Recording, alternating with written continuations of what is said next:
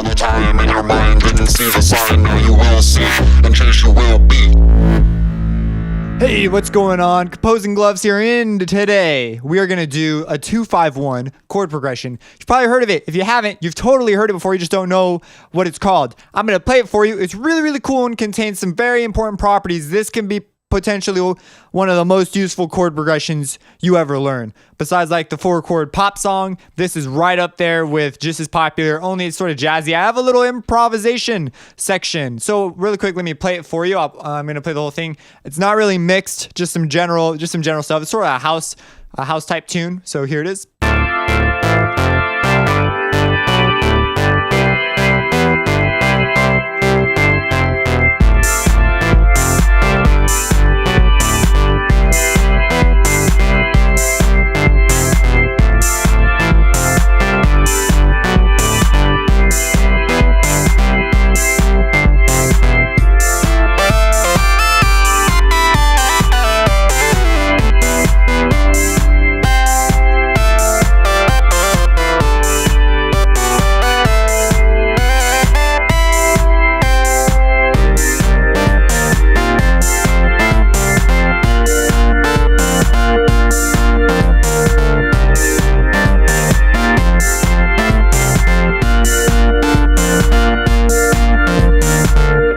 So I just ended it right there. But that is pretty cool, right? Like it's flows smooth, got a little jazzy part. Now the drum, I have 3 kick drums, and I have a drum loop that I had for the intro that I accidentally changed the pattern on, so that's not the correct loop. And the drum sounds way boomier than it did over my monitors. So the importance of listening on different devices cannot be stressed enough. At least a couple devices with different ranges. So, okay, let's talk about this. So it's a 2-5-1 chord progression. What does that mean? Well, remember, in scales, we can name each degree of the scale a number. So, like, for example, we're moving in C major. So our 2 chord would be D, because 2, D is the second note in the C major scale. So I'm just going to assume you know that stuff. Yeah, and if you think back to circular chord progressions, you'll be like, wait a second, this sounds just like the circular chord progression. And you're right, it is. Now, if you ever play jazz or anything, this is like they just shove this down you, like 2-5-1, 2-5-1, 2-5. Like if you master the 2-5-1, you're good to go. And there's a million different things you can do to this thing. It works for major keys and minor keys. And in essence, I'll write out the simplest version because I have sort of a one with extensions and ninths and stuff. So here we're going to write out a simple version. So we're going to move in the key of C, right? So C major scale. Bang, like played. Okay, so how do I write out a 2-5-1, Mr. Gloves? Well, first, what is the 2 chord? Oh, it's a D minor chord. Because remember, in the key of C major, the 2 is going to be a minor chord. That's another thing you should know. It'll be a major. 1 is major, 2 is minor, 3 is minor, 4 is major, 5 is major, la la la. The big one that's sort of the shocker is the diminished chord on the 7. But when you get into minor scales, there's like more diminished chords and it gets weirder. So depending on the minor scale you're playing. So for right now, we're just going to relax and we're going to just write out a D minor chord because it's our 2 chord. And we're writing it out in first inversion. Inversions and voicing are like a whole nother topic. For example, in mine, you'll notice that I'm playing a 2-5-1, but my 2-5-1 has a C. I have the F in the bass on the D minor, and that's because I have this guy going and him as a voice at this point in time, or I guess it could be a girl, but boys are usually the bass. So I will make it a boy. And this, as you can see, D, this is the tonic. This determines the inversion as a textural whole. It's like a whole thing you could talk about. That's why orchestration is so kind of crazy. It's because you could be playing a different inversion, but if your bass is playing a specific note, that could change things. So that sounds the lowest to our ears. So for now, it's in root position, even though it does not look so. Anyways, going back to our simple example, which should be our last pattern. Here we have a D minor chord, and we'll go ahead and make it a full measure. So here it is. Here it is. Let's make it lower. Okay, now we need a 5 chord. Now remember, it's 5 in the key of C major, not the 5th relative to D. So it's not A. Don't do A, that's wrong. You need a 5 relative to the key you're in, which would be a G major chord. So we're gonna go over here, but oh yeah, G major, I got this. right there. Cool. And then the 1, of course, which we obviously know, otherwise we wouldn't have ever written a 2. That's the C major chord, so we'll play a C.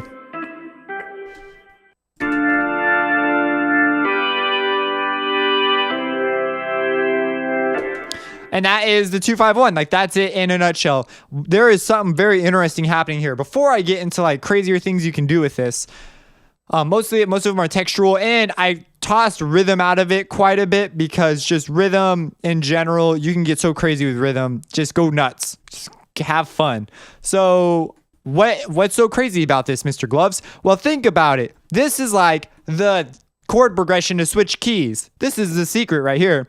We reach 2, 5, 1, and then we know that in any major key, the 2 will be minor. So if we switch our 1, if we switch our 1 to a, I guess that was a fine move to do.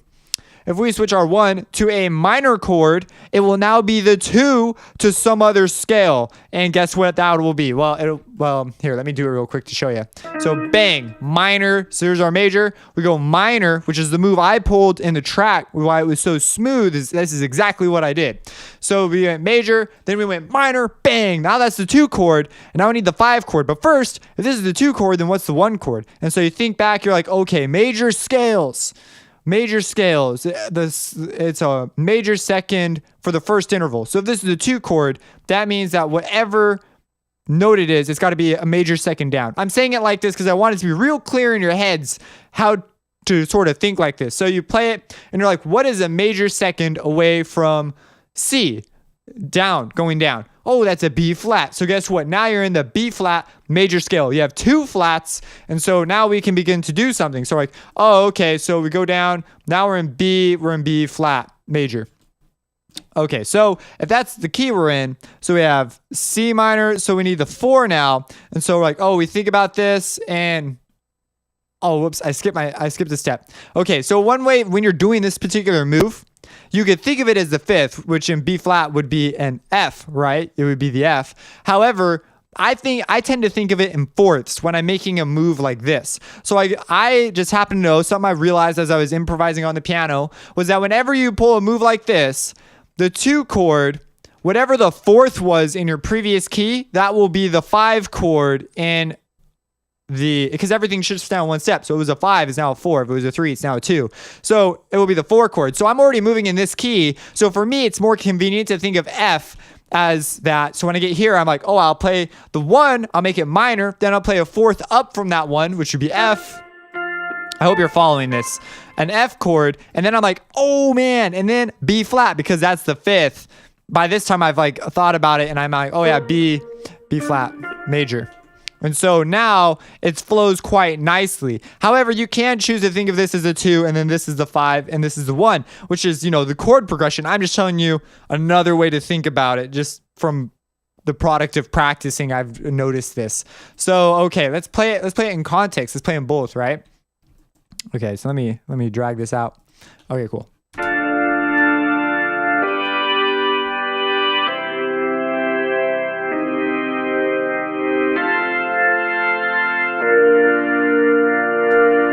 And of course, you could just keep doing that and you could just modulate through key to key to key.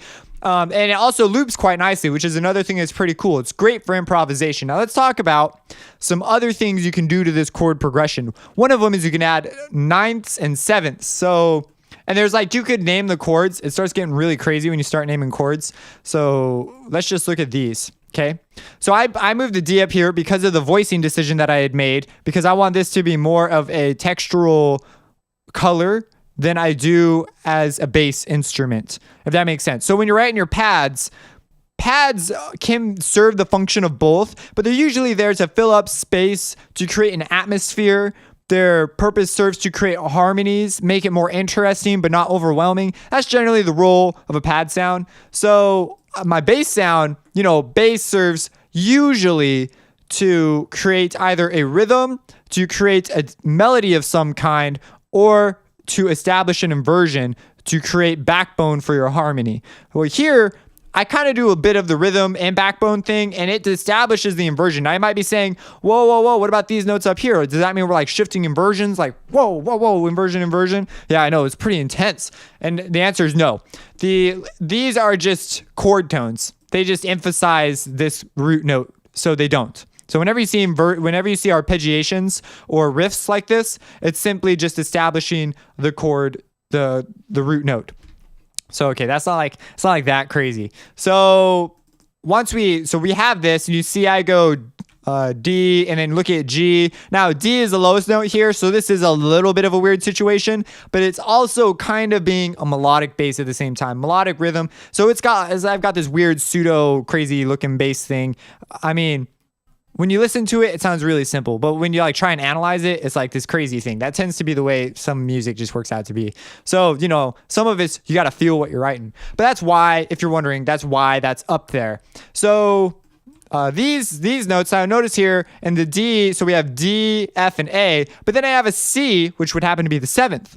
So if you go back to the 7th videos and go through those chords, you'll see them. I also tossed in an E here. Why did I do that? Well, you could think of this as a, let me think about this. You could think of it as a 9th, but you could also think of it as you're moving in the key of C major. So there's a variety of ways to think about things, obviously, like state the obvious. And one of them is to simply hint at the key of C while you're in other chords. This can create some interesting textures as you're going. I chose to think about it that way. So I didn't put it there thinking, oh, this is great, I'll add a 9th. I thought about it as, oh, I'm going to do this. Now, this is a, yeah, it's a 9th. So that's that. I did the same thing with the other chords. Now, this one, I added in an A, which is in the key of, when I'm moving in G, relative to G, that's a major second up, but it would be a 9th. So I simply brought the 9th down. So this is an add 2 chord, technically, but I have like the D way up here. So there's just weird things because of the way I chose to write my chords. And then over here, we have something, I haven't covered these yet. One day I'll cover them. This is a suspension. So it's a 7/8 suspension, I believe. And what it is I have to brush up on my suspensions. But anyways, we're going from the 7 tone to a 1 tone. What is a suspension? Well, you hit a chord, but you suspend something. So bang, we're suspending it on the B. We took what should have been the 1 and we put it as a 7. So we're hanging out on the 7, na, and then it resolves, na. It sounds like this. This is a suspension. And so it sounds really, really nice. You could put this in music to make it sound more sophisticated. These suspension things can be used pretty wisely, and you can create chains of suspension and do all these cool things. They're just ways of utilizing your chord progressions more effectively. So that is that. Now, this melody guy, I feel like people are going to wonder about how I chose the notes for this. I mean, if we give it a listen. Well, first, let's emphasize that key change. So here at the end of my melody section, I switch keys and I try to voice it in a way that will be pleasing and smooth. You can choose horrible inversions and voicings to do this. It's not the smoothest because the melody switches back to bass because I suddenly jump the same sound up several octaves. So I may consider layering to solve this issue, or I may consider, actually kind of jives for only like 3 parts really. If you count the drums as just 1 part. But yeah, there's a variety of things I can do here, but it's a relatively smooth transition.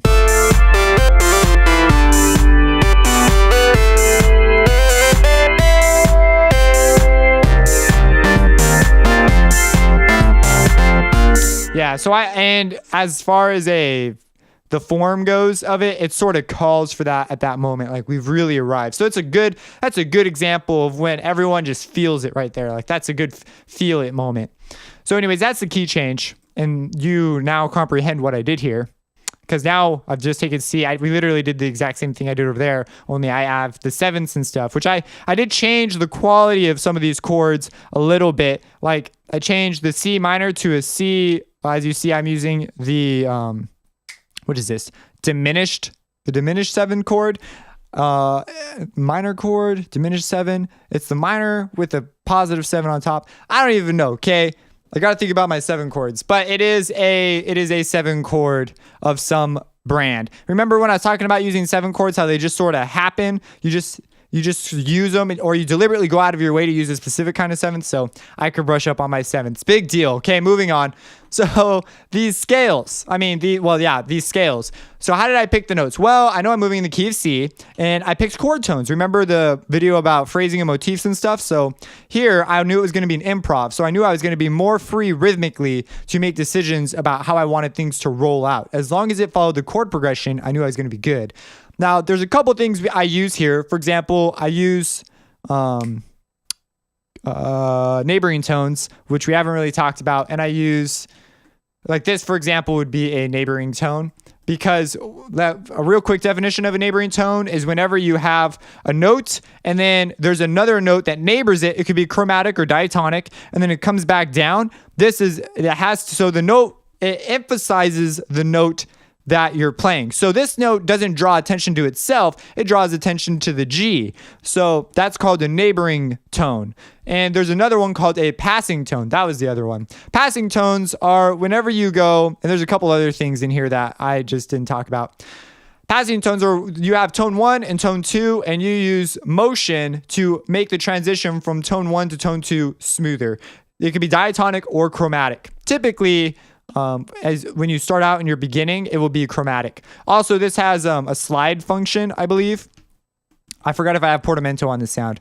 So the reason notes overlap occasionally, which is something weird. Like a flute player couldn't do that unless this was a slide. They could slide, they couldn't play it like that though. So these are like, for example, here are some passing tones. Here's a neighboring tone because it goes da na na. If we listen to it. Dun, dun, dun, dun. So you get that dun, dun, dun, and it emphasizes dun, dun, that F is emphasized. So, and where you place these rhythmically can also have to change the way you perceive it. Here's a trill.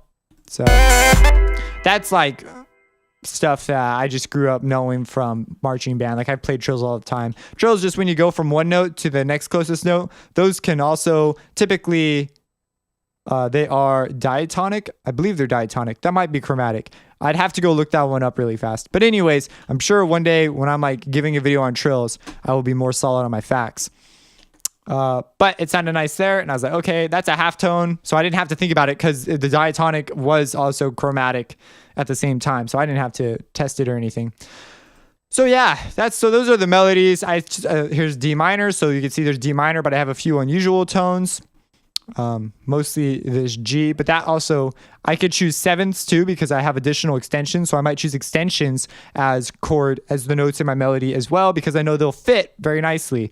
Now, writing it rhythmically, it's useful to have things that flow like this and then have a gap, let your music breathe. You don't need everything to be emphasized on the first beat, but you want there to be a structure to it. You don't want it to be like this wiggly washly blosh of poop. So that was a sentence. Now that's that. So I guess I'll leave you with that. If you have any questions about this, let me know.